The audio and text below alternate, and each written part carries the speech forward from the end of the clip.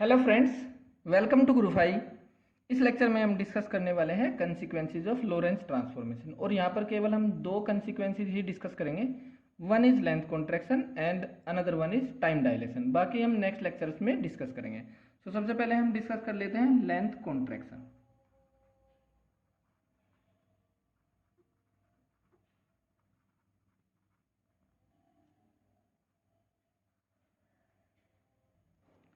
इसको हम Lorentz Fitzgerald length contraction भी बोल देते हैं।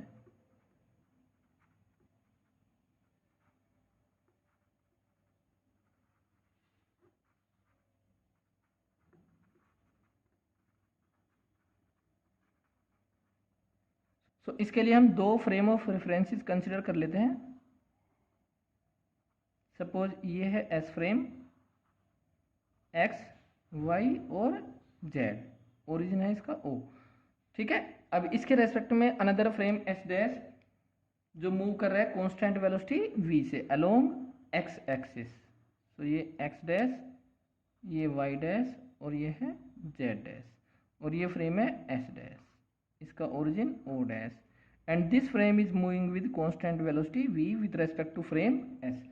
s डैश फ्रेम में हम एक रोड कंसिडर कर लेते हैं जिसकी लेंथ है l नोट, एक रोड है, और वो s डैश फ्रेम में कैसी है, रेस्ट पर। ये s डैश फ्रेम में इसका ये कोऑर्डिनेट है x1 डैश और ये कोऑर्डिनेट है x2 डैश। सो इसकी length l nought, l nought को ही हम बोलते हैं proper length. So consider a rod of length L naught at rest in frame S dash.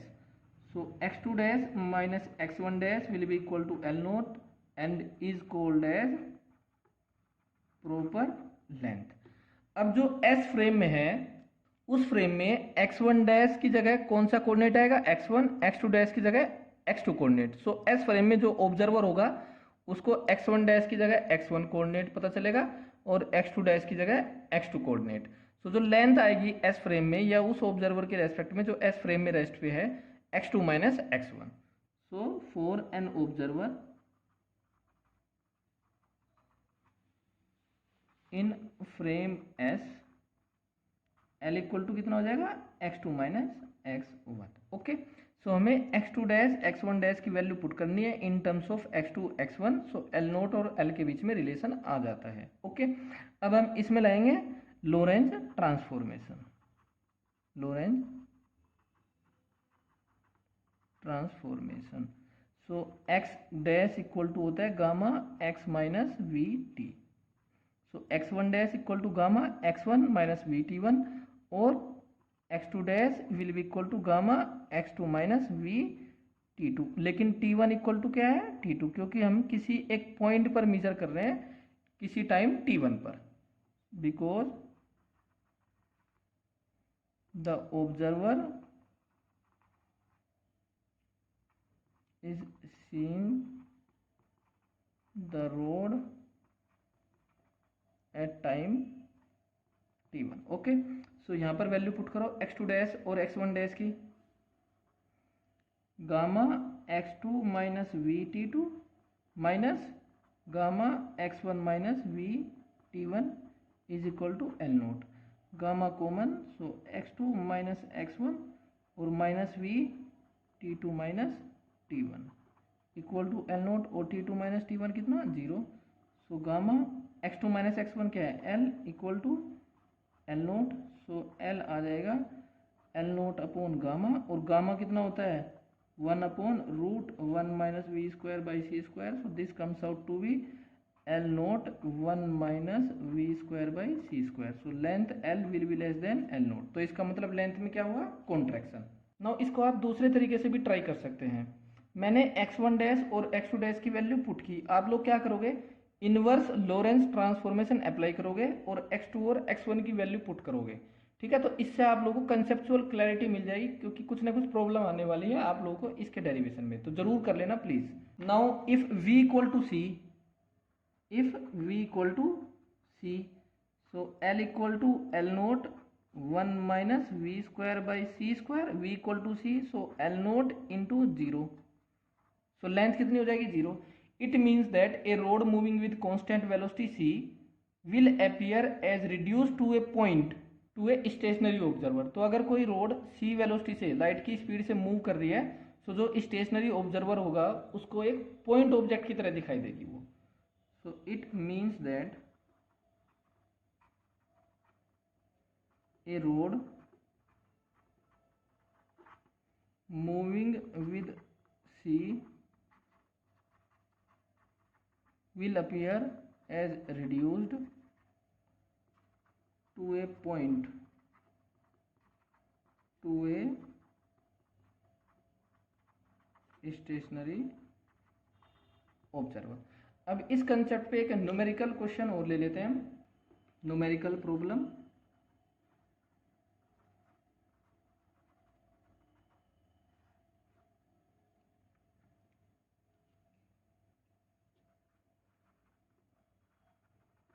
determine the length and the orientation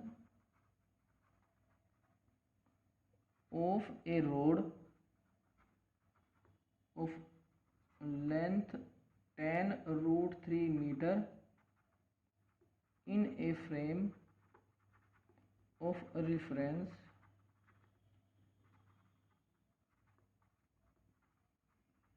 which is moving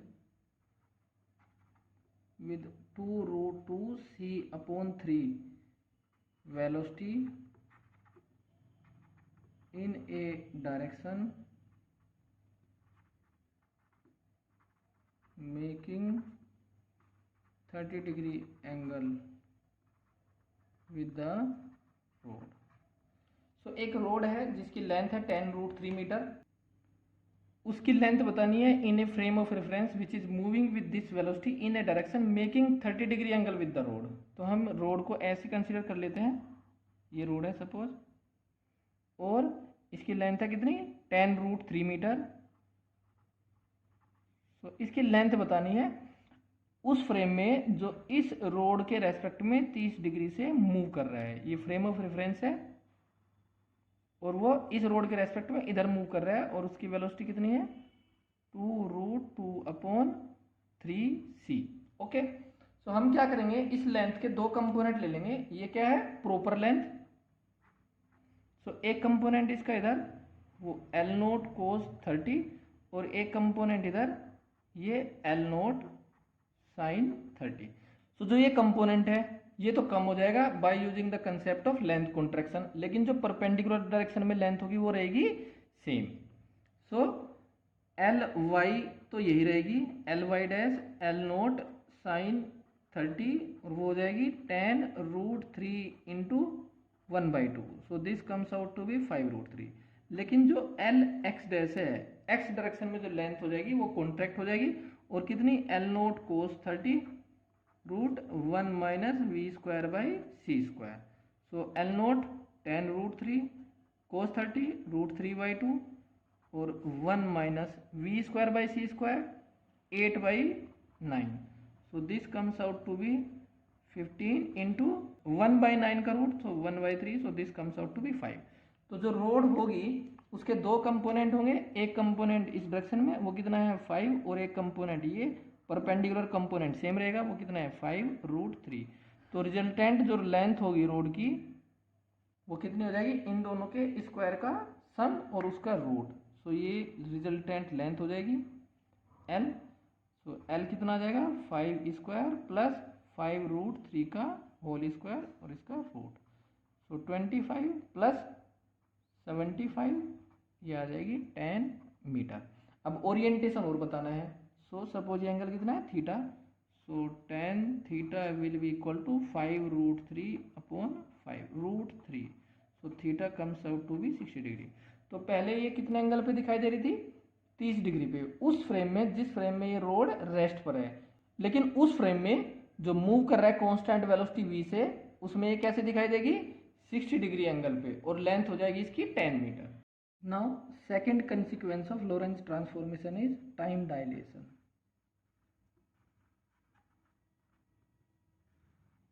When a clock moves with velocity v with respect to an observer, appears him to be have slowed down by a factor of 1 upon gamma, then when it is at rest. इसका मतलब ये है, अगर किसी frame में जो clock है वो मूव कर रही है विद वेलोसिटी v, सो जो टाइम मेजर करेंगे हम वो स्लो हो जाएगा by a factor of 1 upon gamma, that means √1 minus we square by C square. So इसको ही डिराइव करना है हमें। सपोज एक फ्रेम ले लिया हमने x y और z, ये फ्रेम है s, इसमें है ओरिजिन o, और इसके रेस्पेक्ट में एक दूसरा फ्रेम है s डैश जो मूव कर रहा है कांस्टेंट वेलोसिटी v से अलोंग x एक्सिस। सो ये x डैश, ये y डैश और ये z डैश, ये इसका ओरिजिन o डैश, और इसकी वेलोसिटी क्या है v constant. Okay, so this frame is s dash frame. So suppose जो एस डैश फ्रेम है उसमें हम एक क्लॉक कंसीडर कर लेते हैं which is at rest with respect to S dash. So ये क्लॉक है, okay, so it is at rest clock with respect to frame S dash, और इसकी पोजीशन क्या है एक्स डैश। ओके, नाउ जो ऑब्जर्वर होगा एस फ्रेम में ओ, उसके रेस्पेक्ट में जो क्लॉक होगी वो मूव करती हुई दिखाई देगी विद वेलोसिटी वी, जिस वेलोसिटी से एस डैश फ्रेम मूव कर रहा है विद रेस्पेक्ट टू एस। अब जो ये ऑब्जर्वर होगा एस डैश फ्रेम में, या जो टाइम होगा एस डैश फ्रेम में किन्हीं भी दो इवेंट के बीच में, time interval which is called as proper time interval. So जो टाइम इंटरवल होगा between any two events which has measured relative to a frame in which the two events takes place at a certain point is minimum and is called as proper time interval, because जो proper time interval होगा वो minimum होगा। और किस frame में, जिस frame में ये क्लॉक रेस्ट पर है। तो पहले इसी को लिख लेते हैं, the time interval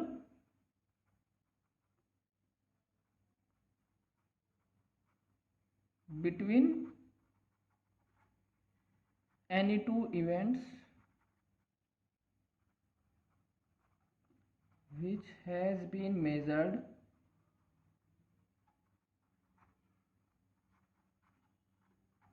relative to a frame in which the same two events take place at a certain point is minimum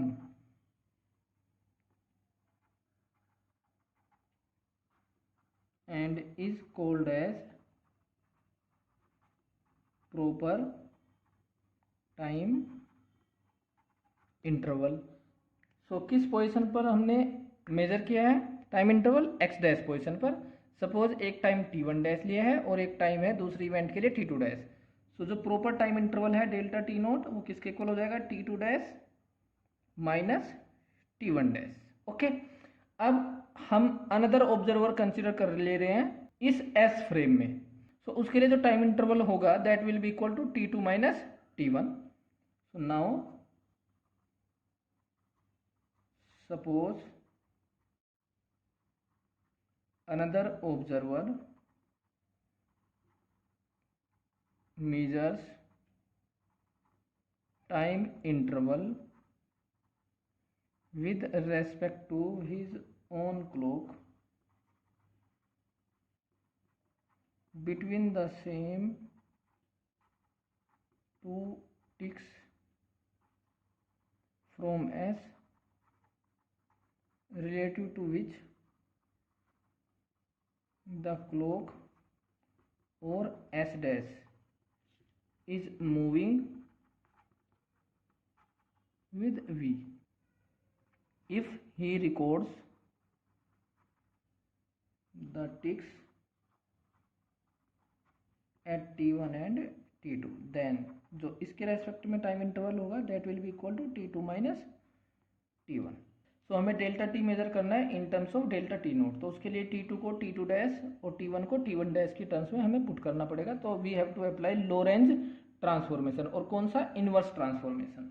so inverse Lorentz transformation क्या होता है टाइम के लिए, t is equal to gamma T dash plus X dash v upon C square. So ये हमने consider कर लिया t1, सो t1 dash और ये x1 dash, T2 is equal to gamma T2 dash plus x2 dash v upon C square. लेकिन जो s dash frame में है उसमें x1 डैश और x2 डैश क्या है, same at a certain point. तो जो फ्रेम है s डैश उसमें जो दो इवेंट हो रही है वो एट ए सर्टेन पॉइंट, किसी एक पॉइंट पर हो रही है, ठीक है। So T2 minus T1 will be equal to gamma T2 dash minus T1 dash, ये वाली टर्म कैंसिल आउट हो जाएगी।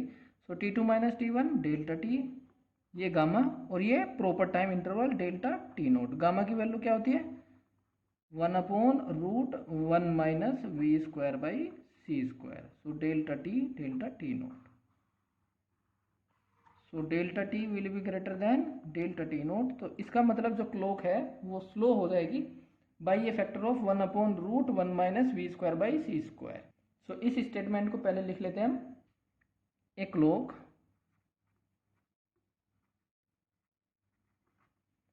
Moving with velocity v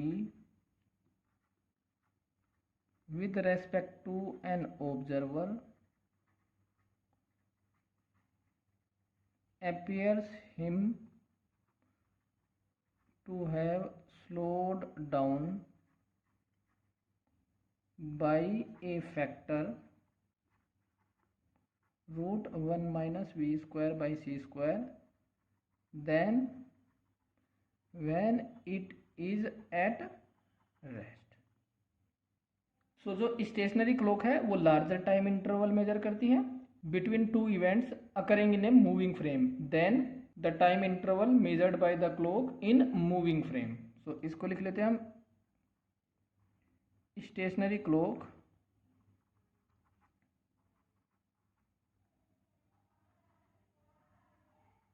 measures longer time between events occurring in a moving frame। Event किस frame में हो रही है, S dash frame में, और मेजर किससे कर रहे हैं, एस फ्रेम से, ठीक है। सो उसके रेस्पेक्ट में टाइम ज़्यादा होगा। Than does a clock in moving frame. So इसको ये भी लिख सकते हैं, a moving clock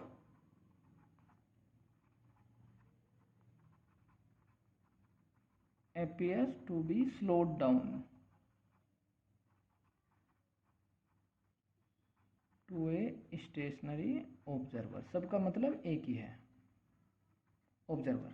now if v equal to c, if v equal to c then delta t will be equal to delta t naught upon 0, that means infinite। it means that a clock moving with velocity c will appear to be completely stopped to a stationary observer। so अगर कोई clock c velocity से move कर रही है तो जो observer s frame में है उसको क्लॉक कैसे दिखाई देगी, कंप्लीटली स्टॉप्ड, जैसे क्लॉक चल ही नहीं रही है। so it means that a clock moving with velocity c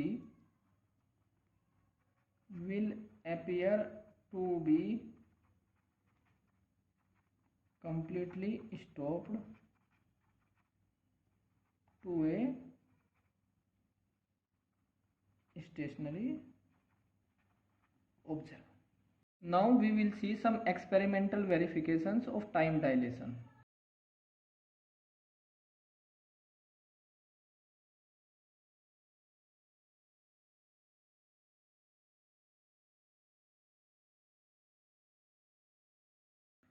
First one is mu meson decay। सो जो म्यू मेसोन्स पार्टिकल्स होते हैं वो कॉस्मिक रेज की वजह से डेवलप होते हैं, फास्ट कॉस्मिक रेज की वजह से, nearly at the height of 10 kilometre in the top of the atmosphere. और जैसे ही वो डेवलप होते हैं तो अर्थ की सरफेस की तरफ को मूव करेंगे। लेकिन अगर हम रिलेटिव कंसेप्ट का यूज ना करें, टाइम डायलेशन वाली कंसेप्ट का यूज ना करें, तो हम देखेंगे कि म्यू मेसोन्स अर्थ की सरफेस पर पहुंच ही नहीं पाएंगे। सो जो टाइम डायलेशन होता है अगर उसका यूज करेंगे तब हमें पता चलेगा कि जो म्यू मेसोन्स है वो बहुत ज़्यादा क्वांटिटीज में अर्थ की सरफेस पर पहुंच पाते हैं। That is the experimental verification. So जो म्यू मेसॉन्स पार्टिकल्स होते हैं उनकी जो वेलोसिटी होती है नियरली किसके बराबर होती है? 0.998 इंटू वेलोसिटी ऑफ लाइट। और जो उनका लाइफ टाइम होता है वो होता है 2 into 10⁻⁻6 second lifetime. So mu mesons are created by fast moving cosmic rays at the height of nearly 10 kilometer and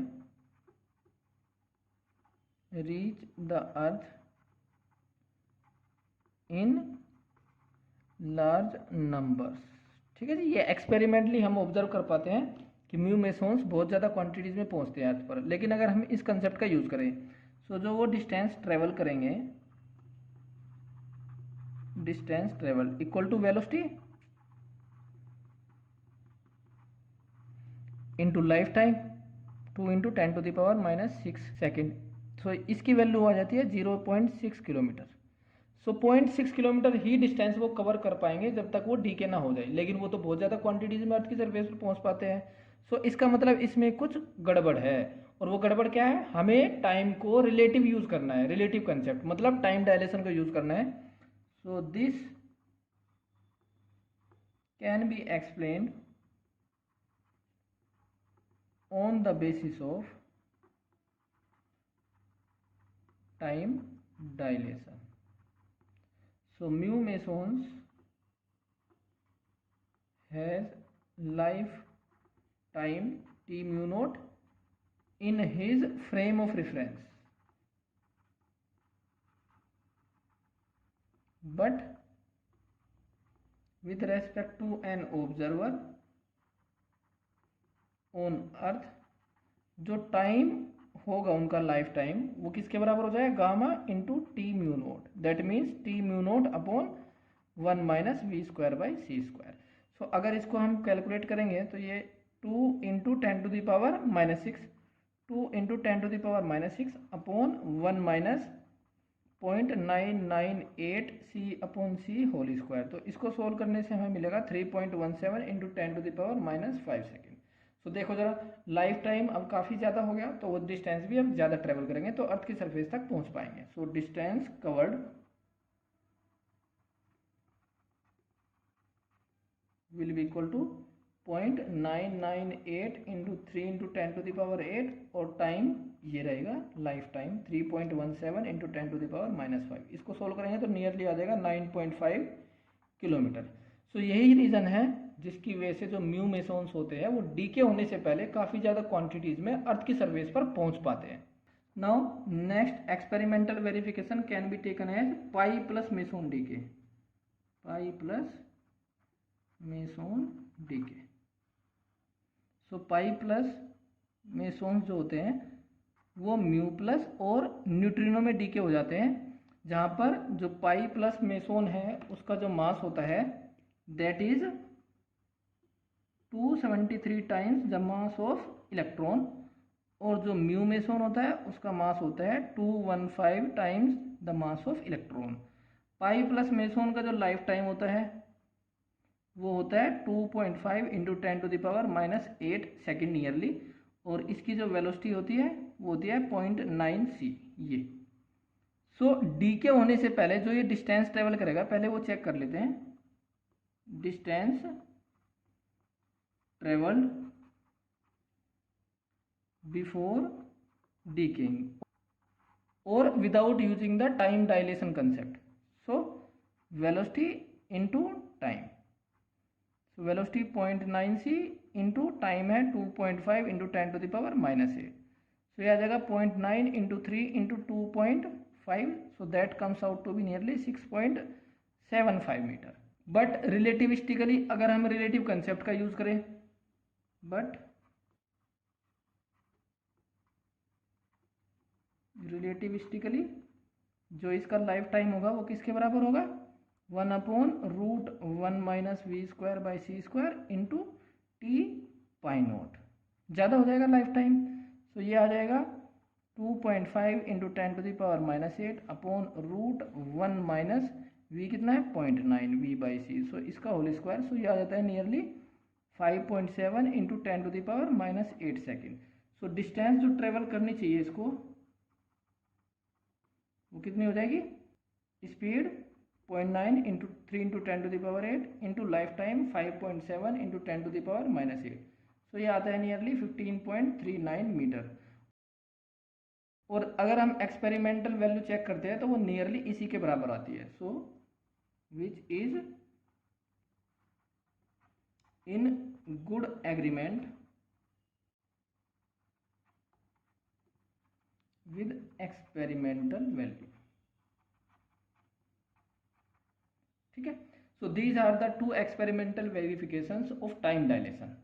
Now in the next lecture we will discuss another consequences of Lorentz transformations. One is concept of simultaneity and another one is relativistic addition of velocities.